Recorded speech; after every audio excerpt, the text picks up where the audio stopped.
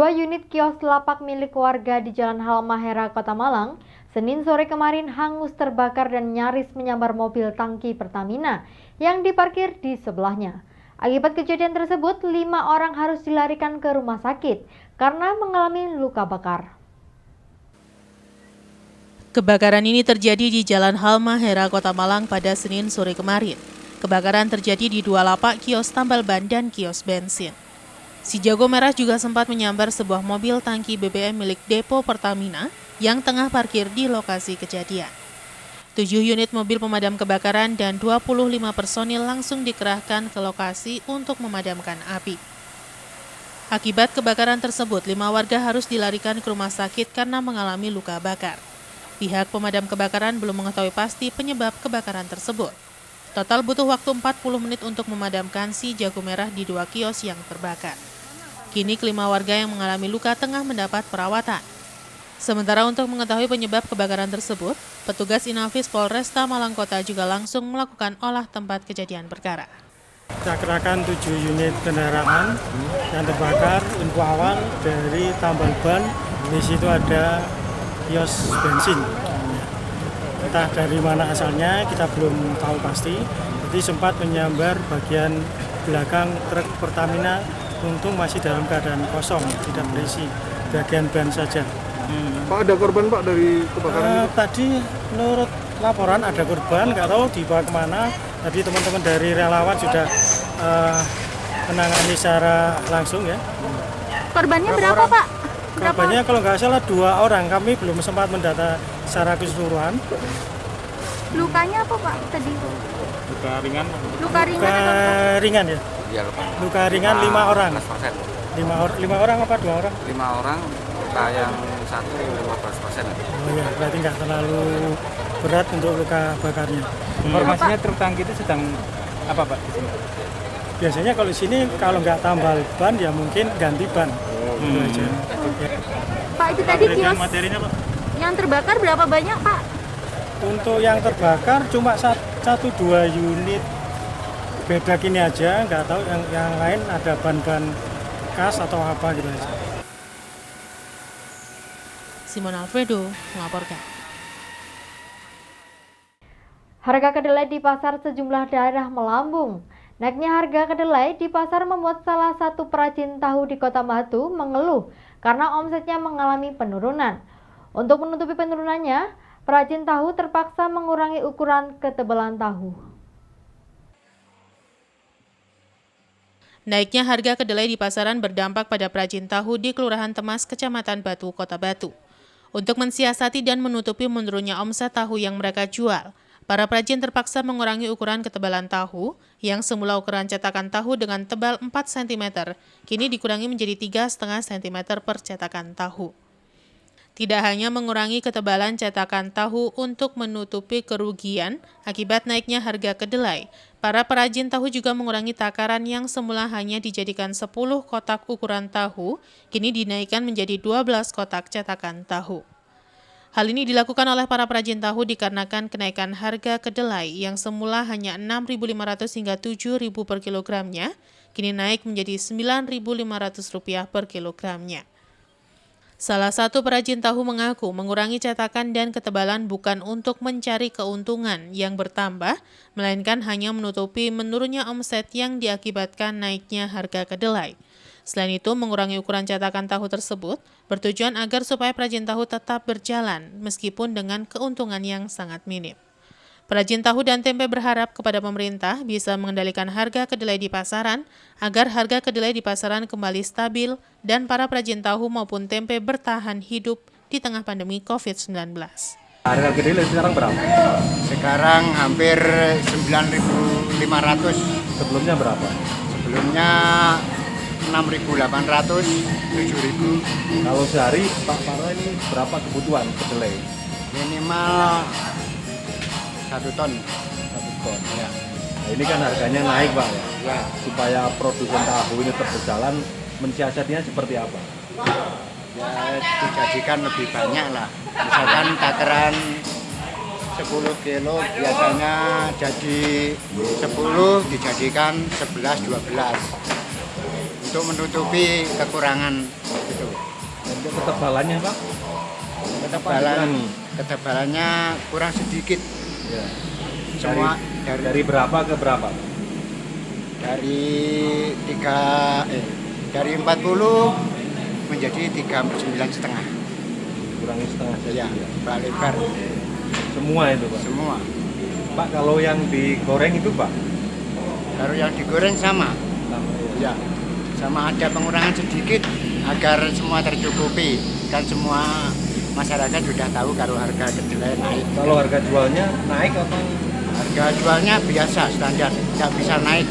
Nggak bisa naik. Ya. Cuman ukurannya dikurangi. Ya, agar bisa mencukupi biar produksi tetap maju. Pak selaku perajin tahu Pak. Ya, Harapannya seperti apa Pak? Supaya ini tetap stabil. harapannya ya ini pemerintah bisa mencari solusi yang terbaik. Itu aja. Supaya harga kedelai stabil. Ya. Yanto Yancung melaporkan. Tingginya intensitas hujan yang terjadi di beberapa hari terakhir berdampak pada harga sejumlah bahan komoditi di pasar tradisional di Kota Malang yang melambung. Salah satunya harga jual cabai yang melonjak tinggi dan kini tembus 80 hingga 100 ribu rupiah per kilogramnya. Harga jual cabai baik itu cabai rawit maupun cabai besar sejak sepekan terakhir terus mengalami kenaikan. Bahkan hingga hari ini, harga cabai rawit melonjak dan tembus 80 hingga 100 ribu rupiah per kilogramnya. Sebelumnya, harga cabai rawit dijual dengan harga 40 ribu rupiah per kilogram. Namun awal pekan ini mengalami kenaikan hingga 80 ribu rupiah per kilogram. Sedangkan harga cabai merah besar yang sebelumnya dijual dengan harga 35 ribu rupiah per kilo, kini naik menjadi 40 hingga 45 ribu rupiah per kilo. Menurut pedagang, naiknya harga cabai ini dipengaruhi oleh tingginya intensitas hujan yang terjadi beberapa hari belakangan ini, sehingga berakibat pada tanaman petani rusak dan pasokan ke pedagang yang juga berkurang. Naiknya harga cabai juga berdampak pada daya beli masyarakat yang berkurang. Pedagang juga memprediksi harga cabai masih akan terus melonjak, mengingat intensitas hujan masih tinggi. Sementara selain harga cabai yang melonjak tinggi, harga jual bawang merah dan bawang putih masih normal. Untuk bawang merah dijual dengan harga Rp34.000 per kilo, sedangkan bawang putih dijual dengan harga Rp24.000 per kilo. Ini yang naiknya banyak, kayak cabai besar, cabai kecil, cabai acar itu naiknya banyak. Sebelum tahun baru itu masih harga 40, sekarang menjadi 80.000 cabai kecil. Cabai acar itu biasanya 30, 40, sekarang menjadi 70.000 per kilo. Kalau cabai besar kemarin 35, sekarang menjadi 40. Kalau bawang merah, bawang putih masih stabil. Bawang merah Probolinggo masih 34, kalau bawang putih 24.000. Kalau cabai ini kayaknya terus meningkat Mas, karena musim hujan itu. Kalau hujannya terus hujan ya kayaknya naik terus.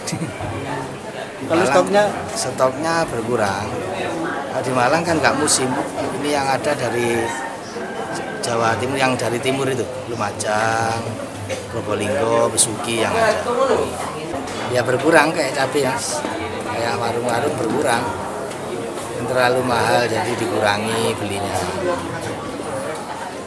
Bawang merah 34, bawang putih 24, masih stabil kalau bawang merah, bawang putih. Yang naiknya drastis itu cabai-cabai. Simon Alfredo melaporkan. Terima kasih Anda masih bersama kami dalam Info 7 Malang Raya. Faktor cuaca, hujan yang turun hampir setiap hari belum berpengaruh besar pada ketersediaan pasokan di tingkat petani. Harga bawang merah masih relatif stabil di kawasan sentra penghasil bawang merah, Purworejo dan Banjarjo Ngantang, Kabupaten Malang. Harga bawang merah ini mengalami kenaikan tetapi tidak signifikan. Beginilah pemandangan di kawasan salah satu sentra penghasil bawang merah di Desa Purworejo dan Banjarjo Ngantang, Kabupaten Malang. Para petani mulai melakukan panen bawang sehingga ketersediaan bawang mulai melimpah di tingkat petani. Walaupun kondisi cuaca yang sudah turun hujan hampir setiap hari yang berdampak pada rusaknya sebagian tanaman bawang milik petani. Hal ini terlihat dari cukup banyaknya bawang merah yang sedang dipanen ataupun dalam proses pengeringan dengan cara penjemuran di pinggir jalan maupun langsung di lahan-lahan pertanian. Untuk harga jual bawang merah kering di tingkat petani relatif stabil. Jika ada kenaikan tidak besar hanya Rp1.000 dari 15 ribuan menjadi Rp16.000 per kilogramnya. Berbeda dengan sayuran jenis lainnya yang mengalami kenaikan signifikan. Menurut salah seorang petani menjelaskan dengan harga relatif stabil bisa membantu petani untuk menutupi biaya pengeluaran yang semakin besar pada musim penghujan. Karena walaupun harga lumayan bagus tetapi volume hasil panen berkurang akibat terkendala faktor cuaca. Di lokasi sepanjang jalan terlihat proses penjemuran bawang yang pada musim penghujan membutuhkan waktu yang lebih lama. Bawang merah ini tidak hanya dijual di Malang Raya, tetapi dibawa ke beberapa kota di Jawa Timur. Sekarang berapa harga bawang merah kering, Pak, di tingkat petani? Harganya? Ya, 15. 15, Pak, ya. Itu harganya sudah termasuk harga bagus atau harga biasa, Pak? Ya, 15, 16. Harga bagus apa harga biasa itu? Ya, harga biasa. Harga biasa, Pak, ya. Itu naik apa turun kemarin? Pernah naik? Harganya tetap, Mas. Tetap relatif Ya, tetap, Pak, ya. tetap. Tapi 15. yang pasokan banyak, Pak, ya. Ya. Ini kemarin musim penghujan gimana ini untuk pengeringannya gimana penghujan gini, Pak? Dijemur begini. Gimana begini, Pak? Berapa Ya. hari kira-kira, Pak? Bisa anunya? 10 hari. 10 hari bisa kering, Pak. Ya, Kira-kira kering. yang ke depan harga bisa naik apa bisa turun, Pak? Tetap, Mas. Relatif stabil, Pak, ya. Tetap stabil. Tapi pasokan di tingkat petani banyak. Banyak. Kenapa? Ya, banyak. Banyak. Pak, kalau pengaruh penghujan ke tanaman bawang seperti apa pengaruhnya, Pak? Pengaruhnya ya busuk. Oh, banyak, Pak, yang Kalau busuk? hujannya terus. Ya. Iya. Berarti volume hasil panen berkurang, Pak, ya? Iya. Oke. Sampai berapa persen biasanya, Pak, kerusakannya, Pak? Ayo 3%. Berapa? 3%. Oh, kecil berarti, Pak, ya? Ya, kecil. Kecil, Pak, ya? Ya. Oke. Tapi pengeluaran lebih banyak, Pak, ya? Banyak, ya. Untuk penyemprotan. Ya. Oh, penyemprotan banyak. Banyak. 3 hari sekali. 3 hari sekali, Pak, ya? Ya. Berarti dibanding kemarau jauh, Pak, ya? Jauh. Jauh. Kalau kemarau seminggu sekali. Sekarang 3 kali. Ya. Oh, jadi pengeluaran bisa 2 kali lipat lebih, Pak, ya? Lipat, ya.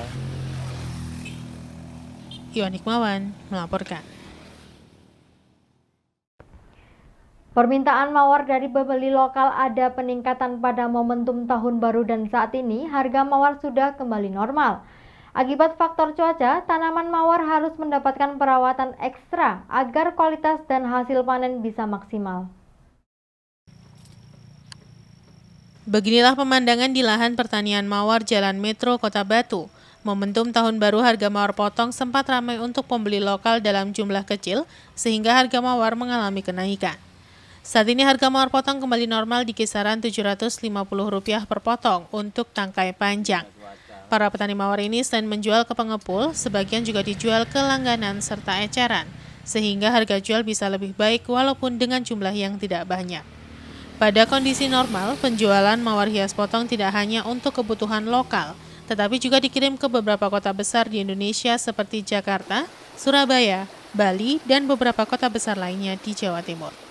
Memasuki penghujan dengan intensitas yang semakin tinggi, berdampak besar pada volume hasil panen dan juga kualitas bunga. Perawatan tanaman juga dilakukan lebih meningkat karena tanaman mawar rawan terserang penyakit, seperti cabuk dan lainnya yang mengganggu pertumbuhan bunga baik pada bagian daun, batang, maupun bunga.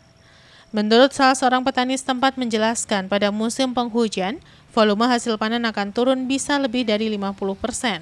Tanaman mawar lebih rawan terserang penyakit dibandingkan pada musim kemarau.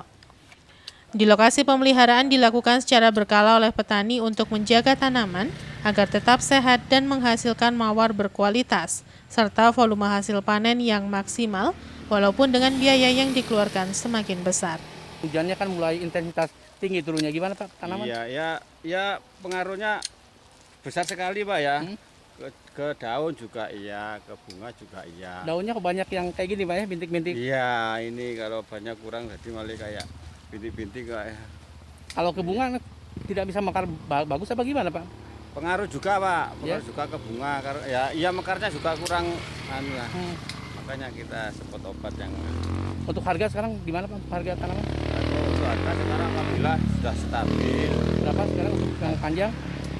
Umum, Pak, kita ikut umum. Ya. Harga umum yang kembali semula gitu. Berapa sekarang? Ya 700. Yang panjang. Iya. Yang kecil? Yang pendek ya tetap di 250. Kemarin yang tahun baru ada kenaikan ya?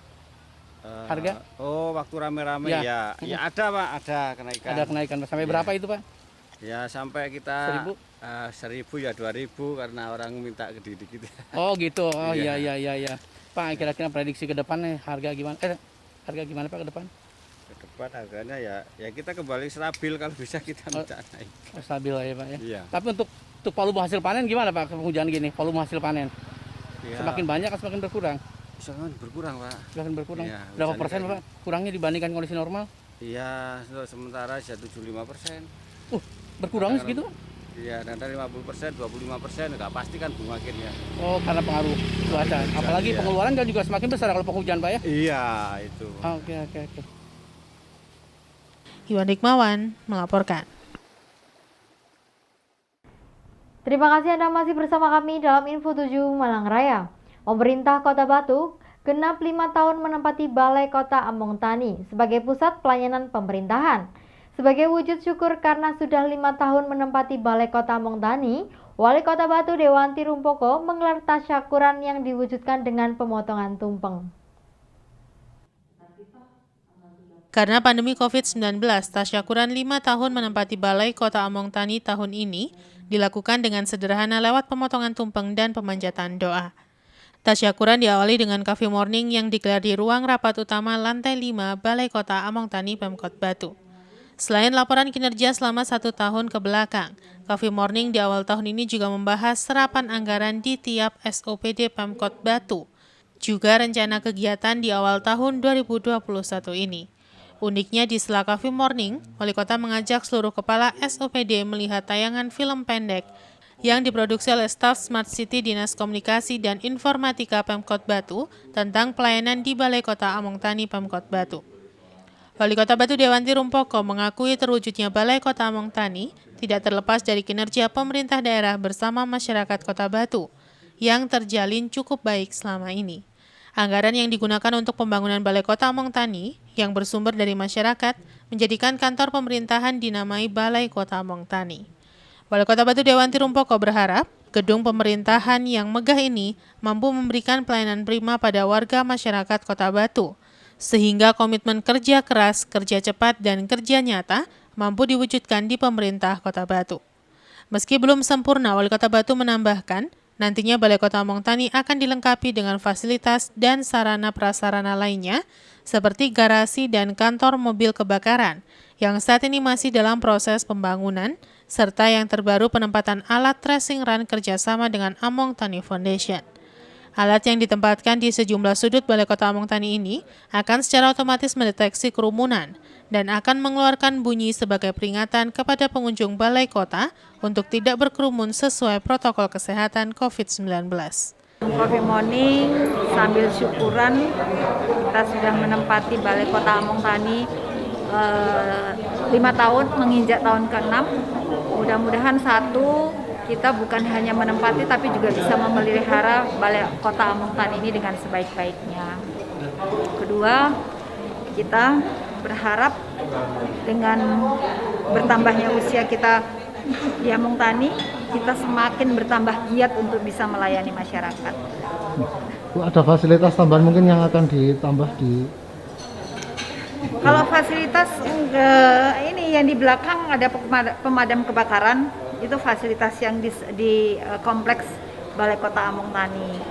Nah nanti, tapi sekarang ini untuk keperluan COVID-19, ini kita ada tracking, batu tracking, yaitu di setiap kerumunan. Jadi seperti di sini ada ruang tunggu, ada batu trackingnya. Kemudian di capil yang biasanya orang berkerumun, ngantri juga ada, supaya yaitu tadi kita mencegah hal-hal untuk penularan COVID-19. Trackingnya ini maksudnya nanti kalau ada kerumunan nanti dia bunyi langsung, diingatkan. Jadi tidak boleh berkerumun, tidak seperti itu. Yanto Yancung melaporkan.